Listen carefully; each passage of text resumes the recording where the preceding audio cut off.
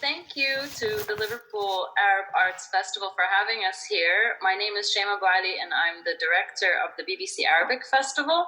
And out of 5 years, I think this is actually the 5th time we have a visiting program with the LAAF. So that's very, very nice for us. This year, we have a focus on Arab women filmmakers. And it's unfortunate for us that we don't have Yasmina Karaja with us. She wasn't able to join the panel.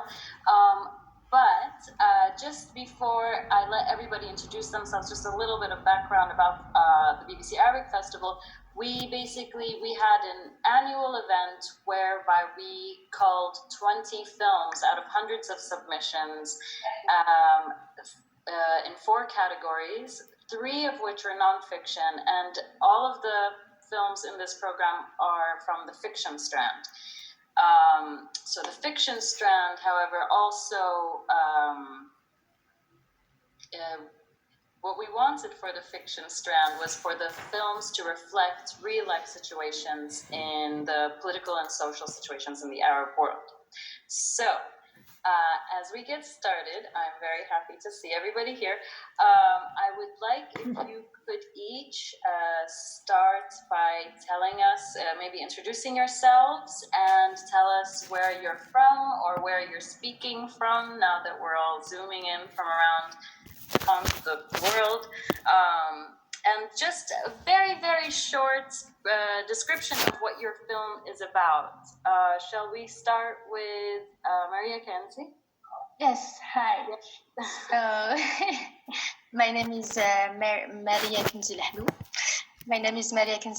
I'm from Morocco and I'm here currently, living here in Rabat. My short film is The Calling. It's about a young woman, a 30-year-old woman who goes out to look for her parents that she thinks are imprisoned in the military prison, and she seeks the help of a glass blower to help her get them out of there, basically, in a short sentence. Yeah. Tina? Hi everyone, I'm Dina Nasser. I'm Palestinian Jordanian, living in Jordan, currently in Amman. My short film is 1 minute. It's a story of a 37 years old mother with her daughter living in Gaza, specifically in Al Shajaiya neighborhood, which was demolished in 7 hours during the Israeli attack that happened in 2014. That lasted for 51 days, and she's in her home, received an evacuation message on her phone from the Israeli army that she has to leave, and she takes us into this journey of living these moments of receiving the message on her phone and trying to find a way to survive her and her daughter from that, in a way. Yeah. Okay. Katia?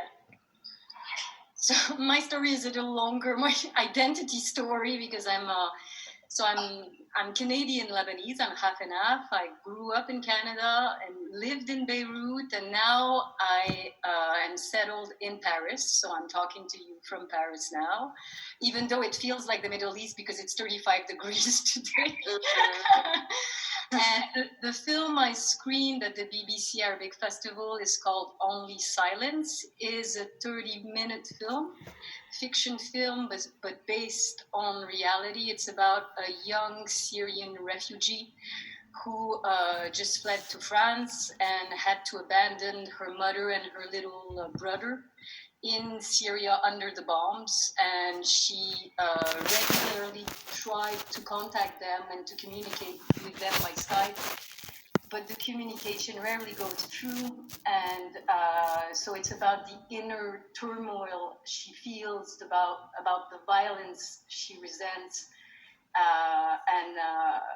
and it talks about, in general, about war refugees. It's a state of mind film about what they feel inside when they are here, but their family is still over there. Yeah. So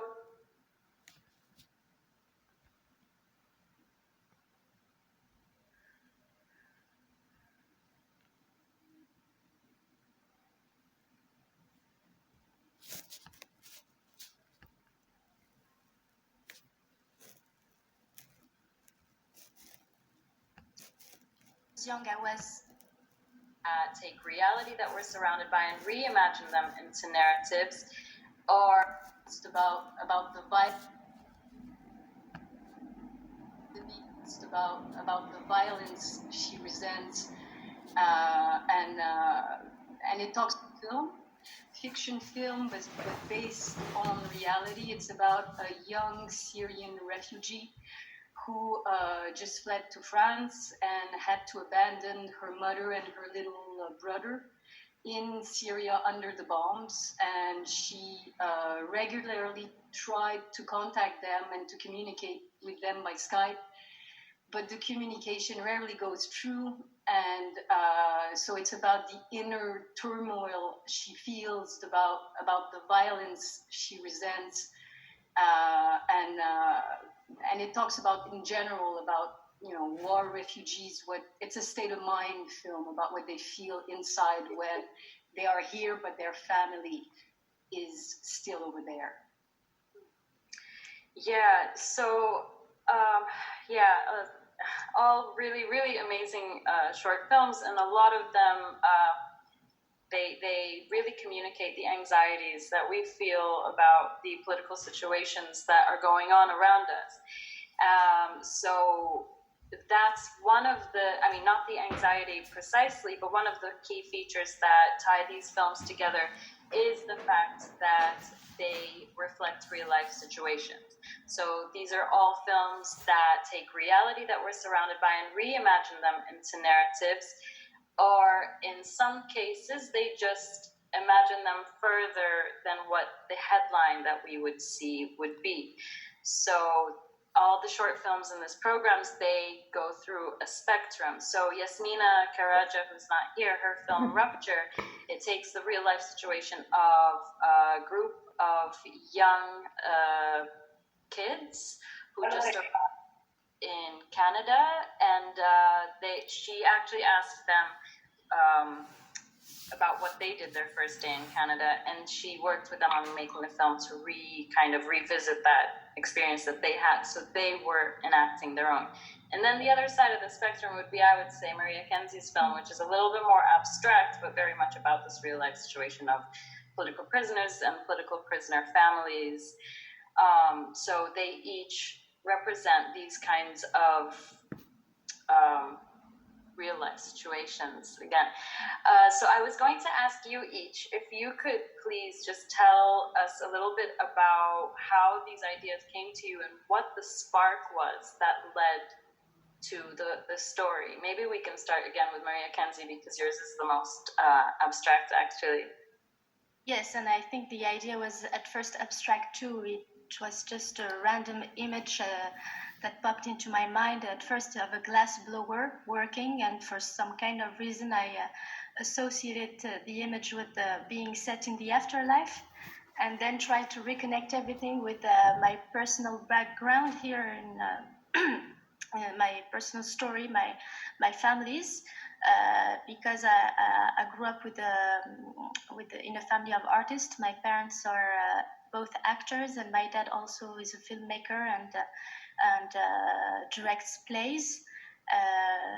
And that's what their art was about. It was mostly about advocating against oppression and for freedom of speech, every kind of freedom of mind. I'm not sure if it's something that you could say in English, but to be able to think and to act freely. And so they were part of a movement of intellectuals. And I grew up in this atmosphere, and it felt like I was handed maybe some kind of mission to pursue their work. And at first, when I was young, I was very comfortable with this because when I was born, my father was banned from making any more movies, and the ones that were already created were forbidden from being distributed. So it had a direct impact on my childhood, and it was very present, like some kind of unresolved issue. But growing up, I was beginning to question this, like why, and should I really just go for it without even questioning why I'm doing it? And that's I think the main subject, like how our heritages defines us and define what we should do. But I think the main theme in my short film, one of them, would be honoring those who came before us and that fought before us. Learn from them, of course, but also try to find our own ways to keep on fighting for the same themes, because it seems like we're in a loop that doesn't it's hard to break it, like we're history repeats itself, and what can we do to break the cycle. So that's how the idea came at first to me, to my short film. Okay. Yeah, no, that's great. I think that the film is very poetic visually, so it's something that you definitely have to watch to be able to understand that kind of loop that you're talking about. Yeah. So, Dina, could you tell us a little, because your film reflects an actual policy of communication that the Israeli army had in Gaza that year and beyond that year.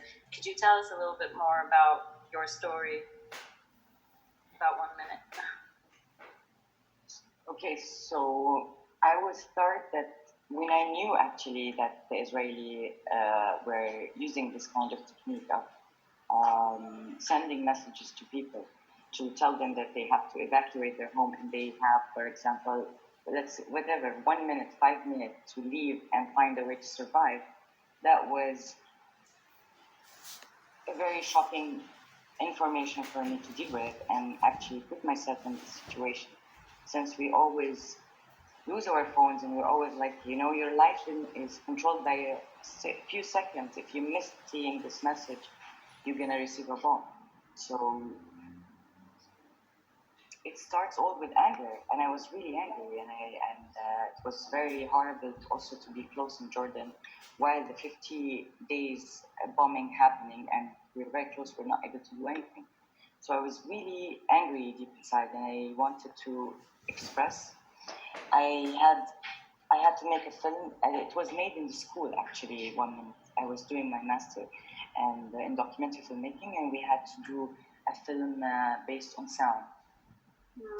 And I found myself writing the script subconsciously about Gaza and the war and what's happening now at that moment.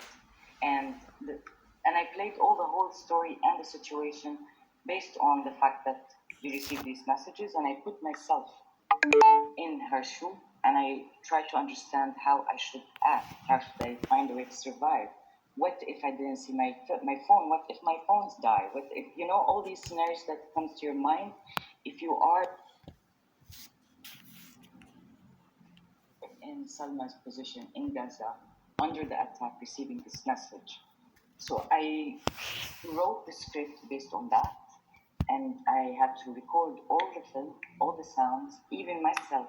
I'm not an actress, and I had to use and train my voice to be the one who narrates the story, who's the one who acts actually in the story, only by voice. And then I had to use my friend Image actually to act, because she used to act in different films.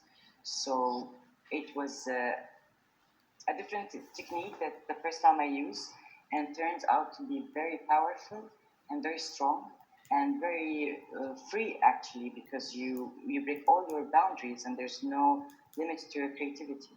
You think of the story in terms of sound, and then you have to create the image. So it was really interesting journey in terms of technique, but also it was very intense for me to find myself in that position and imagine myself in Gaza under the attack, and how the hell am I supposed to act? And I have a daughter and I have a baby. So it was more of a journey that I also had to live to be able to express in this film. So, yeah, it was very, very intense, but also very, very interesting. Makes us feel like seeing the film. Yes, sure. Especially that it's 1 minute. You cannot do a 1 minute clip now. Like No, the film actually is 10 minutes, but it called but it's called 1 minute because he misses to see the text message in her phone, and what left actually is 1 minute that she has to leave and evacuate the house and try to save her daughter. So all this journey that really between life and death is 1 minute. Wow. Cool. Yes, no, it's minimal cinema and really effective. Very, very. Everybody should watch it. Yes. It's a very, very dear friend to me. I have to say also, because I worked it with two of my best friends who has nothing to do with filmmaking, and they really there for me to make this film. It was very dear to my heart because of all these elements were together as well, and turns out to be a very strong message that I'm really happy and proud of. Great. So, Katya, your film is actually one that I would like to see grow into a feature. It's an epic script. It's 30 minutes. So tell us about it. Well, I'm making a documentary out of it today. Well, the follow-up in a documentary, but I'll tell more about this later. But so how did it came up? The idea emerged following the Syrian uprising in 2011, because I had just moved to Paris a year before, and I, as a Canadian Lebanese, I felt a really strong connection with the refugees, being myself torn between many countries, and also I felt that I was a little bit reliving what my father lived, because my father was an expat or an immigrant in Canada from Lebanon. So suddenly I felt a really strong connection with the Syrian refugees in Paris, and I started meeting a lot of them. I got really close to particularly one woman who was a poet, activist, actress also in Syria. Her name is Fadwa Suleiman. I don't know if some of you know her, but unfortunately she passed away since. She was supposed to be the actress who would play in my film, but her health didn't let her, and she died of cancer before. So she inspired me a lot for the leading role, but also many other refugees whom I interviewed and who are also part of the film, because all of the actors in the film are actual Syrian refugees. And what I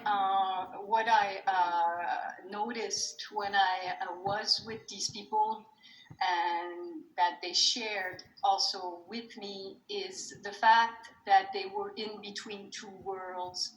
Their body physically was in France, but their mind, their heart, their soul was in their country, in Syria, where everything was shaky, where there was war, so I wanted, and this is what I try to convey in the film, is that feeling, is that state of being in between, in a state of a shaky state of being in between two realities. So it's the impossibility to break away after leaving the war zone. And for 10 years, I was a war reporter before being a filmmaker, and I covered a few wars, among them in Iraq, Palestine many times, Gaza. I've been to Gaza many times, and every time I was coming home,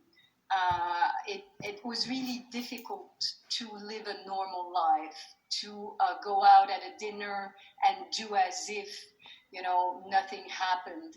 And I always felt responsible and guilty also to leave the people behind, the people I met in Iraq, the people I met in Yemen, the people I've met in Syria also, and to know that they were still there, coping with this insane and cruel world, while I was able to go back home.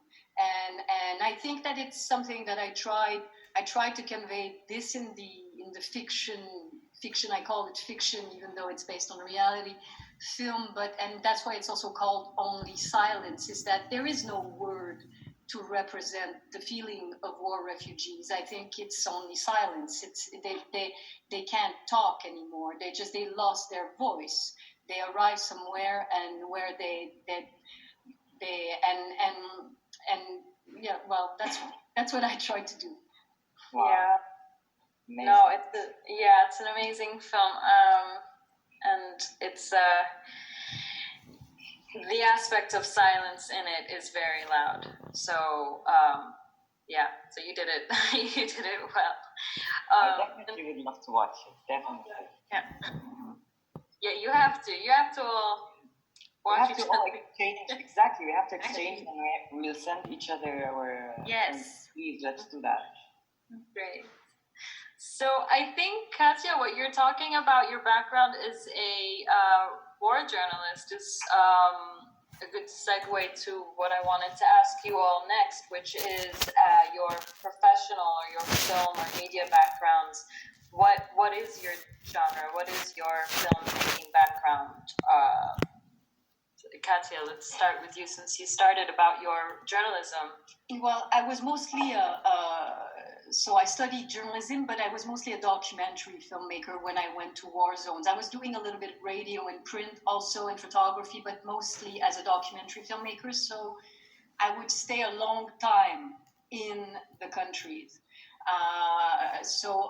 And most of my films were about social issues, about people, small people dealing with the big history and being caught in in history, in this history. So I did film geopolitical film, but with characters in it. And then I moved, but at the same time, I was writing on scripts.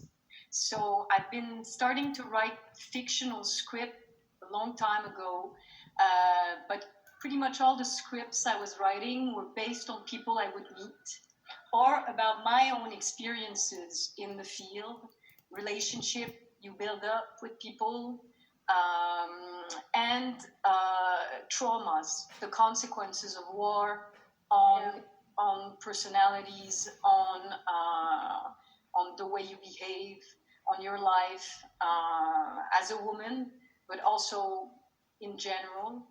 And now I left a little bit the war zone, and I left the journalistic tone to go much more into a personal art form documentary and fiction, but always staying low key, close to people, low budget. I shoot myself a lot of time.